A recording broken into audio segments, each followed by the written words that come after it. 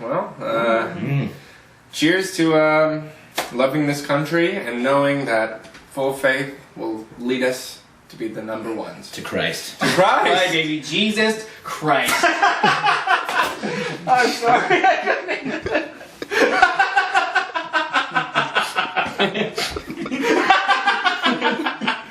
So stupid. Oh my god. Oh, I didn't laugh too soon at that. Welcome to the School Sucks Project, a podcast, YouTube channel, and online community dedicated to personal growth and intellectual self-defense. We promote learning alternatives, home education, critical thinking, peaceful parenting, organization and productivity, and better communication strategies. Please remember to visit SchoolSucksProject.com to get comprehensive show notes, relevant links, Or to just leave comments. follow us on Twitter at School Sucks Show, subscribe to our YouTube channel, username School Sucks Podcast, and get involved in our Facebook group. Just search for School Sucks Project.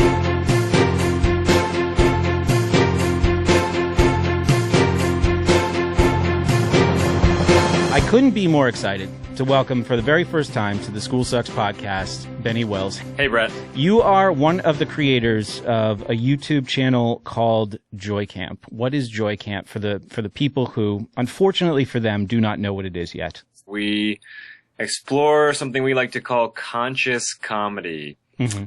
We do sketch comedy, for the most part, and we like to tackle subjects that are taboo in some cases, and we literally are shining light on the darkness. We like to take subjects that are either people don't know about or know little about or have a very one-sided idea about, and we present it in a hopefully humorous way that's very easy for people to understand. And yeah, we're trying to open people's minds and also giving people who are really frustrated a place to go to sort of like let off some steam. Indeed. Yeah, absolutely. Well, I've wanted to have you guys on the show. I've been looking for a reason to have you on the show for a while and give you like a real James Lipton treatment. I don't think we're going to have time for the full James Lipton treatment tonight because I finally did find my reason, and it involves us kind of focusing down on a subject a little bit. All throughout the month of March, we're doing a series called The Creative Pursuit, which is basically conversations in exploring other people's creative work. So finally, it made sense to reach out to you and have you on the show. Whenever I have a guest that I'm excited about, I go to my Facebook group, and I say, all right, these are the guests, and I put some links to whatever their work is. And I say, what questions do you have for these guys? So most of the people that commented in the thread were really, really excited. But then a couple of people, a listener named Jacob said, I've never heard of these guys. What's their deal? The video I shared was called Conspiracy Guy, Flat Earth. And then as the thread went on and other people seemed confused, I added Pizza the Hut. And one of my favorite Joy Camp videos, Joy Camp Takes On. Oh, cool. Wow. That's sort of synchronicity. I was just talking about that video with someone last night. And I also just showed someone Pizza the Hut last night, which is one of our lesser known videos. Well, let's, so there was a lot of confusion, about what Joy Camp is, and mixed with like everybody else was really, really excited. So, I thought that was interesting.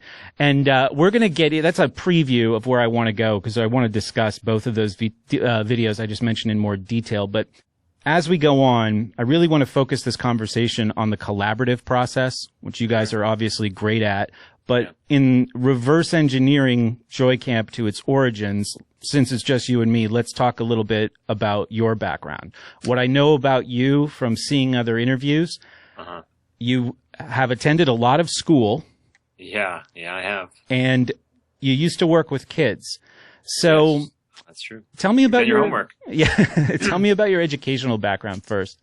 Okay, yeah. Well, going way back, so elementary school through high school, I mean, I was a really bad student, to be honest.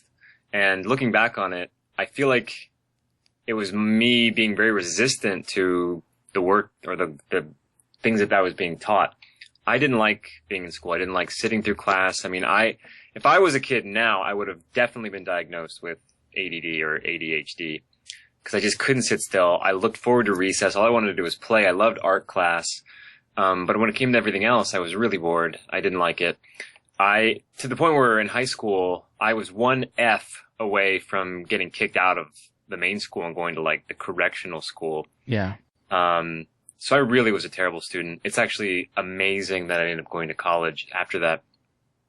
So after being a really terrible student for my entire life until I was 18, I graduated high school. I pulled my GPA up from a 2.0 to a 2.7 or something. Graduated high school. And through my parents' strong urging, I went to community college. And also it helped that my girlfriend, my senior year of high school, was the valedictorian of my high school. And she had a 5.0 GPA. She got accepted to every college she applied to. So it sort of inspired me in a way. But I went to community college where I met Kevin and Tony, two members of Joy Camp, Kevin being the co-creator of Joy Camp. And from there, I transferred with Kevin and Tony to San Francisco State University, got a BA in theater arts, and then, again, because of my parents' urging, I went to graduate school to obtain an MFA, Master of Fine Arts degree in acting, and I studied at University of California, Irvine for 3 years, and graduated. How useful? How useful has that education been? Because we're talking like what, 6 years after high school devoted to this craft. How useful was that education in, what you've done since you left school? Well, I have a lot of mixed feelings about the schooling. I mean, looking back on it all, especially with where I'm at now in my life and my understanding of the world, I would have not gone to college at all. I mean, I think it's a total trap. It's a trap for kids. It's especially a trap for poor kids. If you're going to go to college and you're going to be in debt as a result, then don't go. Period. Right. Don't go. Figure something else out because it is a trap. And I have a lot of debt as a result. As far as school goes, the degree is not helpful. The debt is not helpful, but the experience, it was helpful in a way. I didn't come out of school, how do I say this right? I'm not pursuing a career as an actor anymore. So I've let that dream go. But all the experience I had studying acting from the time I was a kid, and especially the time I spent in college studying theater and acting, really made me a good performer. And made me and also the thing about being an actor is like, it's also like being a psychologist. I mean, you really understand the human condition because you're constantly doing character analysis and you're getting in the mind of other people. So it really made me empathetic and understanding of the human condition and all wakes of life. Mm-hmm. And it made me a very good actor. I mean, it made me a good performer, and I'm a good writer, and I have acting chops. I have a lot of experience. So it's given me I have a very extensive performance, and theatrical background. What's some of the work that you've taken outside what we can see you doing on your YouTube channel? Well, I did theater for 10 years straight. And I was in a play, one after another. So I think I did something like 53 plays in a row. I mean, believe it or not, I was a Shakespeare, efficient actor. I mean, I've done Romeo and Juliet and Hamlet, and I've done Twelfth Night and, Measure for Measure, and gosh, I've done so many classics, but I was very good with verse, very good with language. But I've done all kinds of great playwrights like Tennessee Williams and George Bernard Shaw and Edward Albee and Samuel Beckett, who's my favorite playwright, by the way. A lot of theater, a lot of theater. And outside of theater, I've done, as a kid, I worked a little bit here and there. I sang at the Academy Awards, performed at the Oscars when I was 7 years old, which is Get out of here. Wow. Yeah. What did you perform? Well, I was in the Los Angeles Children's Chorus when I was 7, and we performed the Academy Award nominated song, Candle in My Window. Was it called Candle in My Window? I think that was what it was called. Oh, no, I'm sorry. It was called Somewhere in My Memory Okay. from Home Alone. Oh. The Oscar-nominated song from Home Alone, and I sang it with a bunch of other kids on stage in 1991, the 63rd Annual Academy Awards. Who would know that one day you would be creating your own award shows? Yeah, totally mocking the award show in which I performed.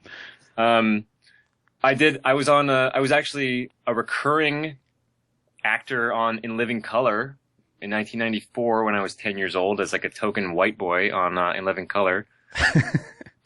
I was on Days of Our Lives. I was on the show Passions when I was in high school, on their soap opera. And since I've been in LA, since I moved back to LA when I was 26, I've done a lot of, maybe not a lot. I've done a bunch of commercials. Particularly for 3 years, I was the face of a company all throughout Scandinavia. I played the god Apollo for the Apollo Travel Company in Sweden, Norway, Finland, and Denmark. And that's like my biggest gig outside of Joy Camp, my biggest paying gig as an actor to date. Can I ask why you've decided to move beyond that as a career? Yeah, absolutely. It wasn't lining up with everything else in my life. It was a dream that was only, that wasn't serving me anymore. The pursuit of an acting career just became something that was a drag, and it wasn't enjoyable. I didn't like the powerless feeling of it. I didn't like the idea of someone else determining my own future and waiting for opportunity, and also looking at fame and thinking, what is it about this? Why do I want this? Yeah. Why do I want this? Do I want a comfortable job? Do I want to be a millionaire? Do I want to be famous? Is that the goal? Fame? So a lot of questions, and especially like all the while, all throughout school, college, I was, like nosediving down the rabbit hole and re-educating myself on the world and history and, everything. So just got to a point where it just didn't make sense anymore, and very, very liberating realization for me, actually. Yeah, I see like all of those explorations that you've done into so much of how the world actually works, especially, one of the recurring themes in the Joy Camp videos is the entertainment world. And I could see that as like a real, anchor, to like wanting to move forward and jump into that world. I could see like becoming a part of that. I don't think that was probably ever really your goal. But the threat of being like a Hollywood insider, having that kind of recognition, or being, immersed into that world would be very, very unappealing considering what you know. And, I myself want to learn more. I see so many of the TMZ and the Disney, and I say something is going on there and I'm going to find out what it is. Something weird. Something really weird, right? Yeah, right. But it's kind of nebulous too, isn't it? Right. Well, the thing is, because I come from my parents are both actors. I grew up, the first 10 years of my life were in Los Angeles, and the last 7 years have been in Los Angeles. I know a lot of actors. I know some relatively successful actors, and not all of them are, in on it. Mm-hmm. Could put it that way. They don't know. They're really just doing their job. They show up, they have their part, they do their role, they make their money, and they're not involved with like that weird, sketchy, like behind the scenes darkness that we sense is there, but they're not like in that club, So who's in, who's out, who knows, who doesn't? That's very, very confusing. Yeah, absolutely. How has, changing priorities in your life maybe changed some of your long-term goals for Joy Camp? It's funny. As soon as I let go of that dream, which is only really kind of recently, when I really let go of it, within the last 2 years, everything started opening up for Joy Camp in the professional sense. Like we have, I guess also because of proximity, we're in Hollywood already, but there's more people sniffing around our product than ever now. Mm-hmm. We have a producer who discovered us, who decided to back a pilot that we shot, which is why we didn't put out many videos in 2015, because we spent the whole year working on this big project. Very cool. That we're just about to put on our channel, hopefully within the next month, finally. but we've been shopping it all over town. We've had meetings with some really, like bigwig types all around town, and we have an agent. We're being repped by one of the biggest agencies in the world, and we have a manager, and they all love the product, which is awesome. I mean, it's like, I think it's a sign of the times. I mean, people are so ready for this kind of stuff. Can you tell me anything about what it is? The pilot? Yeah. I can. Yeah, it's like a sketch. It's like a narrative sketch hybrid. So there's a through line story, and then it branches off into sketches, similar to something like Mr. Show with Bob and David or Flight of the Conchords, but very Joy Camp material, like very much. I guess conspiracy, for lack of a better word, but controversial, like truth-oriented stuff. Is it toned down for maybe like a larger kind of appeal or distribution? I wouldn't say toned down, but we definitely decided to tackle issues that were more universally accepted. Yeah. Like in our pilot, we deal with things like GMOs and Monsanto and NSA surveillance, and drones, stuff like that. So we definitely like wanted to hit those things that weren't so conspiratorial, but still get that things that piss people off, regardless of what they feel about, the hidden hand of society. Absolutely. Well, the videos on your channel are very, very shareable. Like there are a lot of things that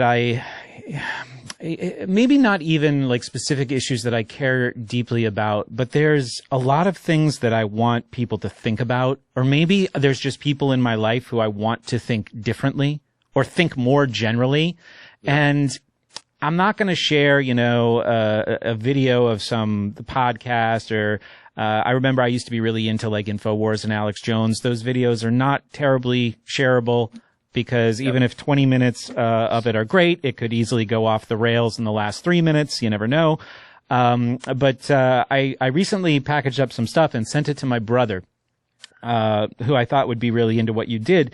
And as I was trying to like put the appeal for me into words, I think what I said to him is they'll kind of entertain you with your own misfortunes, basically. And there's this, one of the themes that I wanted to explore with you is like humor versus some very, very serious subject matter. And then some subject matter that some people take seriously, but you guys certainly don't. Like reptiles. And we'll get into that too. Yeah. But I started thinking about the power of humor and how it opens doors. And I'm sure this is something that you guys have explored in the past in interviews. There's a quote, an Oscar Wilde quote, paraphrasing it, but it's like, if you want to tell people the truth, you have to make them laugh or they'll kill you. Otherwise they'll kill you. Yeah, we have that on our channel. That's like our favorite quote. Oh, nice. Well, perfect.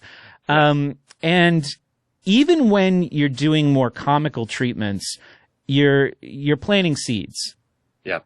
And you're encouraging people, I think, to access deeper thoughts and considerations. And I think a lot of us, like a lot of people in my audience, like communication is a theme that we explore on my show. We've done whole series about, optimizing communication strategies, and exploring like what the best way is to, communicate some very, very volatile ideas. And, there's some approaches that I've been really in favor of and then moved away from, but we've all failed at the serious interventions. A problem that's kind of embodied by a conspiracy guy, your character on your channel, like where we're really trying to confront people in that way, like shame on you for not knowing this. Yep. Right. Do you guys know what makes vanilla taste like vanilla? I'm gonna just go with vanilla bean. Beaver anal gland juice.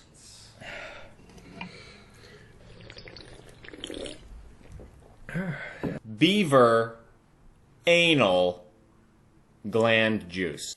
Yeah, but that doesn't sound so bad. I mean, I've had some anal juice. Yeah, Look, it's eugenics, you guys. Don't you see? They're trying to wipe us out. Man, the water is poison, the air is poison, and the food is poison. We are cogs in the system, man, slaves to the machine, and nobody cares. Nobody seems to give a shit. Okay, cool. Good story. You can either, bitch about it or you can do something. Yeah, I mean, what are you going to do? It's America. Love it or leave it. Honestly, I'd say love it. I would say love it too. Yeah.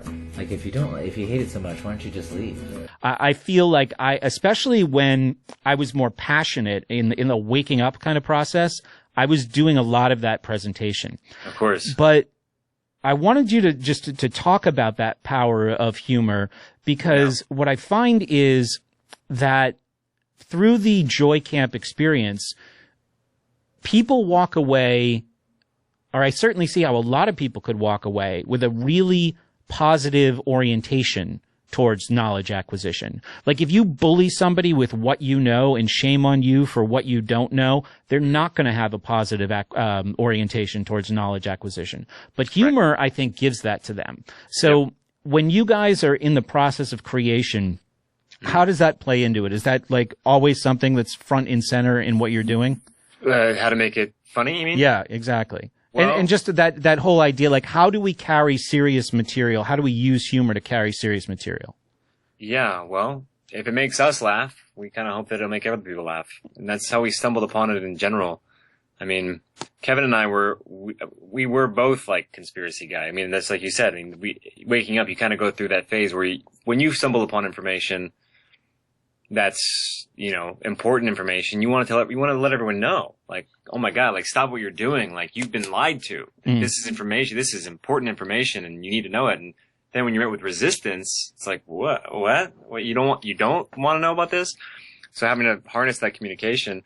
So Kevin and I, we're going through that together, that sort of simultaneous waking up and also that simultaneous frustration of how to communicate with people and also wanting to participate. So one of the messages always is like, you got to go out and do something now. Okay, now that you're awake, it's your job to, like, you have a responsibility.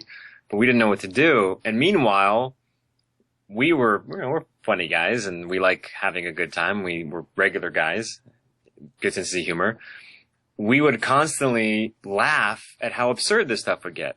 Mm-hmm. We would laugh to ourselves, like, how ridiculous it can get. When you really go down rabbit holes and you start uncovering things like ideas about, reptilian overlords who pose as politicians. I mean, it gets ridiculous. Mm-hmm. So you end up laughing about it. And then we finally were like, oh my gosh, if we marry these two things, like a sort of an activist approach with a sense of humor about it, showing just how, silly all of this is, it really made sense.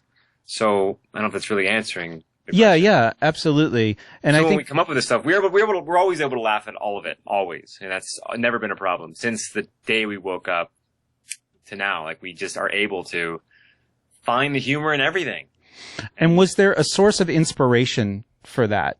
It was, for me, something that really resonated with me was when I heard Carlin say something very similar to that Oscar Wilde quote, like, at the point of laughter is the best place to introduce new ideas. Right.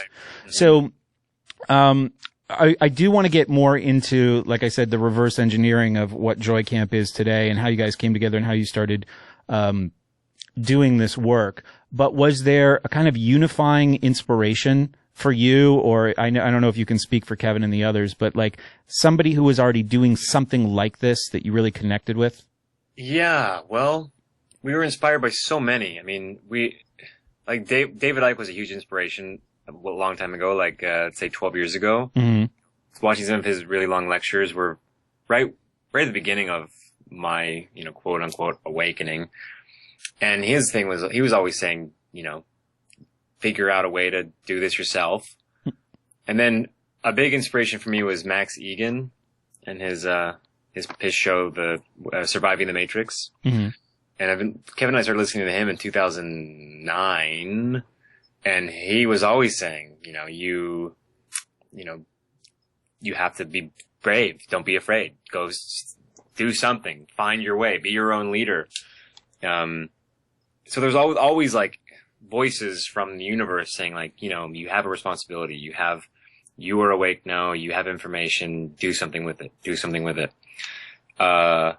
And then ultimately what it was, the thing that really triggered it, our friend Tony, who's in a lot of the videos, he and his friend up in San Francisco made a silly little video together called Conspiracy Cologne. And we thought it was really funny. And he sent it to, and it was like a Calvin Klein kind of spoof about Conspiracy Cologne, and it was very funny. So Kevin and I were like, oh, well, we should make one in response and send it back. So we ended up coming up with this idea for a video called Conspiracy Theorist PSA. Mm-hmm. And we wrote a script for it, and we were filming it, and when we were looking at the footage back, we both had this feeling like, oh my gosh, like this could be something. Like this is not only fun for us and a good outlet for, our art and our truth, but this is something that's completely lacking from this truth movement is a sense of humor. So in just producing that one video, we found our place with all this. Mm-hmm. We thought we could provide that, fill that void. Yeah, absolutely. So from there, we decided to just keep building, and we actually made 6 videos. We wanted to launch our channel with 6 videos. We made that one. We came up with some ideas for other ones. We had 6 ready to go, and we launched all 6 of them on the same day, and the rest is history. So it was us deciding to make one video, and that we inspired ourselves, essentially. Were the guys who made Conspiracy Cologne, are they part of Joy Camp today, or are they just other guys? Well, one of them, Tony, who I've known as long as I've known Kevin, he lives in the Bay Area, so he's not as involved as we would like him to be, but he's in at least half of our videos. I mean, he's in a lot of them. He's Which one is he? Bigger, sort of Puerto Rican looking guy. Yes. Yeah. So he made it with his friend, and his friend Edwin has not been in the Joy Camp video, but he's a friend of ours, and he supports us. Yeah. Tony is the third guy in the most recent video, the trending video. Yeah, that's him. That's Tony. He's in a lot of our videos. Yeah, he's really, really enjoyable. Yeah, he's a charming guy. So, I was thinking about collaboration because you guys seem to do it so well with, not just you and Kevin, but Tony and then, several others as well. Yeah. And I was talking with an artist friend of mine recently, which is actually going to be another show in this series. And I think a lot of us who do creative work, you might not feel this way at all. We want that auteur relationship with what we do. That kind of Kubrick control. I think a lot of the times, like for example, for me, I don't want to crowdsource for ideas. I always used to make fun of this author friend of mine who would post on Facebook, I'm creating a character. What do you guys think? Like, no, man, don't you want to surprise everybody with this brilliant thing you came up with all by yourself? Sometimes I even hesitate to, I was excited to do this show with you, and I was like, maybe I should just surprise people and not ask for questions. But at the last minute, I did. And, sometimes I don't even want to do that. I want to just have something spring forth fully formed for people to encounter for the first time. Can you identify with that feeling at all of that wanting that type of auteurship over what you do? Yeah, I can. I can. Yeah, people have sent us a lot of ideas, but I don't think we've ever taken an outside idea, and that's no offense to anybody who's ever sent one, but there is a sense of an organic feel to what we do. And within the group, I think one of the reasons why we collaborate so well together is that there's no ego. Like, nobody's trying to compete with each other. We all respect each other's talents, and we contribute such different things in order to reach one goal. So no one's ever stepping on each other's toes. But we do identify with, our ideas come from us for the most part. I mean, I'm trying to think if there's ever been one that... There was one, I think there actually was, and I only know this because I think somebody sent it to me. It was like ban questions. Ban questions? Yeah. Somebody... Do you remember making that video? You guys did make that video, We did right? make the video. I mean, we based it off of another... PSA, Ban Bossy. This is Band Questions, take 1. Who? What? When? Where? Why? How? Question. Question. Questions. When I was growing up, I had so many questions. I think that questions lead to more questions. Ignorance is bliss. By middle school, A child's curiosity is at an all-time high. And that's because kids like to ask questions. We need to help them tune out. Truth doesn't matter. let's just ban questions altogether. And encourage kids to do what they're told. To be dull and uninformed. Listen to the voice of authority. There are limits. Dare to be boring. You can't change the world. Let's ban questions. Be dumb. Be you. Ban questions. Encourage kids to obey today. Take the pledge at thejoycamp.com. We're not asking, we're telling. Maybe this is absolutely just a pure coincidence, or it was a good idea. Somebody said you should make a video where it's like, instead of ban bossy, it's like ban critical thinking. And then, like, a while later, or like, no, maybe like right around the same time, you guys had that video, and I saw your video, and I was like, shit, I should have done that. Wait, someone said this to you? Somebody said make this. So it might just be pure coincidence. That's a total coincidence, because I actually remember sitting when we brainstormed that idea. We really wanted to parody that Ban Bossy thing because it was so stupid. Exactly. But I remember sitting around with Tony and Kevin's little brother Michael, and we were trying to think of the right thing to ban, like a Joy Camp idea that would be right. And we finally settled on ban questions. So that is a total coincidence. Yeah, well, it was a very good idea then if it came from multiple places. It was in the ether, apparently. Yeah, very interesting, very interesting. So yeah, let's talk a little bit about that collaborative process, and maybe we could just walk through an example. So, like I said, one of my favorite videos is Joy Camp Takes On. Love it. Which is so funny because it's like this. It's not a brainstorming session, because I think what's supposed to come through in the video is like, it doesn't even seem like anyone's really listening to anyone else. Yeah. There's like that kind of surface, oh yeah, that's a good idea, but everybody is just like basically vomiting everything that they can think of, and the video never goes anywhere. But it's perfectly brilliant, and it's like I probably watched that video more than any other because it's just so funny. Oh, thanks, man. Thank you for saying that, because that's one of my favorites too. And that one didn't get the amount of love that we really were hoping it would. We were so excited to release that, and it didn't really take off. People really didn't share it very much. We were like, oh well. But the process for that one was unique. It was we were house sitting. The three of us were house sitting up in a house in Oakland. Mm-hmm. And it was a really cool house. Yeah, so yeah. Sitting around, and whenever Kevin, Tony, and I are together, because Tony, like I said, he lives in the Bay Area. Kevin and I were roommates for 6 years, and now he lives 5 minutes away. But so we see each other all the time. But whenever we meet up with Tony, we always collaborate. We always make a video. So we had this house, and we were like, man, we want to use this house some way, but we didn't have an idea to film. So we were sitting there for an hour or more, just trying to think of an idea. And we were like talking about things, and we were like saying some vague ideas, but nothing was really sticking. And then, I don't know, I was inspired, and I thought, okay, well, what if the idea is us sitting around trying to figure out what the next video is going to be?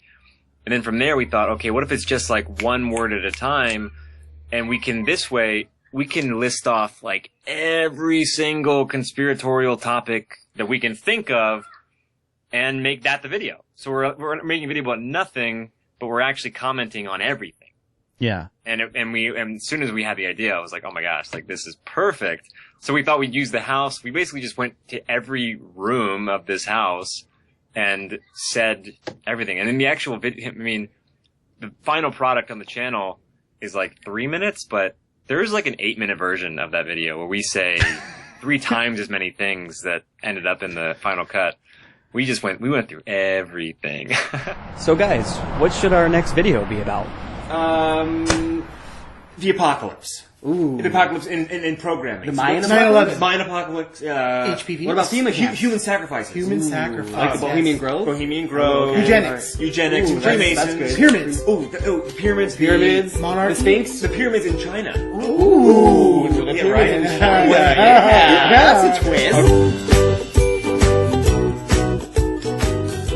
Sacred geometry. Sinkholes. The Unabomber. Boston bombing. World Trade Center bombing. Pentagon missile. 32 million homeless people in America. Prince William the Zion King. Patsies. Transhumanism. Archons. Native American Holocaust. The Loch Ness Monster. Atlantis. HARP. Esoteric science. The Illuminati. Vaccinations. HIV. Zach Braff's Kickstarter. The Denver Airport. Michael Hastings. Crop circles. Project Bluebeam. James Holmes. Guantanamo. Genocide. Obelisk. Sacrifices. Heath Ledger. Brittany Murphy. Whitney Houston. Whitney Houston. Michael Jackson. James Amy Winehouse, Gandolfini. Michael Jackson. James Gandolfini. ADD. ADHD. Asperger's. Autism. North Korea. Palestine. Planet X. Reptilians. Student loan debt. Student loans. Oh, student loan debt. Depleted uranium. 11/11. Scientology. Weather modification. So you've described this process that's interesting to me, where you're kind of at first at a loss for what to do. And then an idea, particularly. Yeah, and then an idea hits you almost fully formed and can probably be executed pretty quickly from there. Do you guys find that I don't know what kind of a schedule you work on, or if you guys have self-imposed deadlines, but, or like you want to be, because I know there's this whole fading effect with YouTube, so you want to be putting out something like every month at least, probably. Have you ever like struggled in the genesis of an idea process, and how have you gotten through that in the past? We've definitely just never filmed some ideas that we've had. Some ideas that we thought this is something we should do, and then just never, flesh it out and produce it. Sorry, there's kids playing right outside. Oh, no problem. Love it.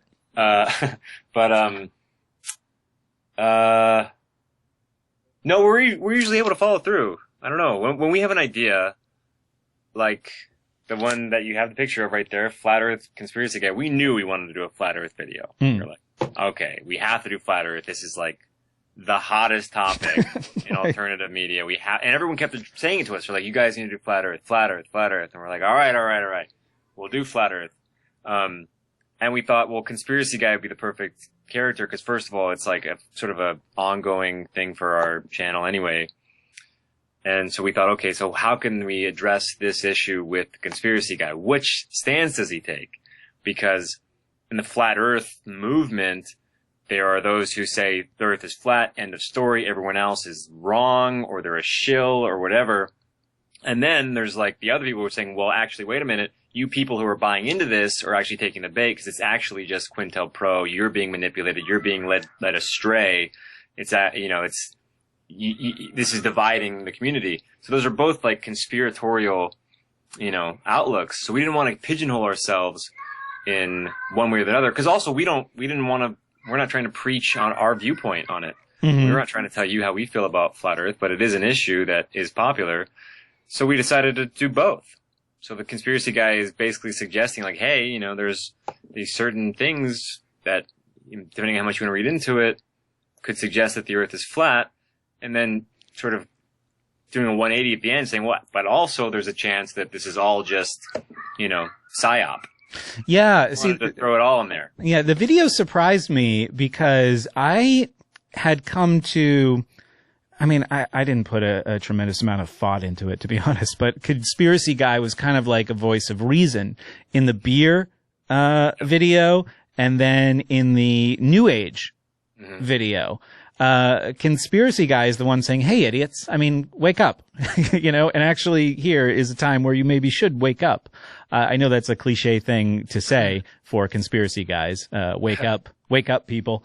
But, yeah, I was surprised that he would take the flat earth stance. So there was, like you said, a fair process of deliberation about where should he actually come down on this issue. We really worked hard on that, like figuring out how to, incorporate all aspects of the conspiracy around Flat Earth. Mm-hmm. How do you guys push through creative differences? Because when you're dealing with one of these subjects, I think that would be a perfect example. Two people might have very, very different opinions about how something should go down. it sounds like everyone is in agreement that this is a problem that needs to be solved, but I can imagine that disagreements do come up, right?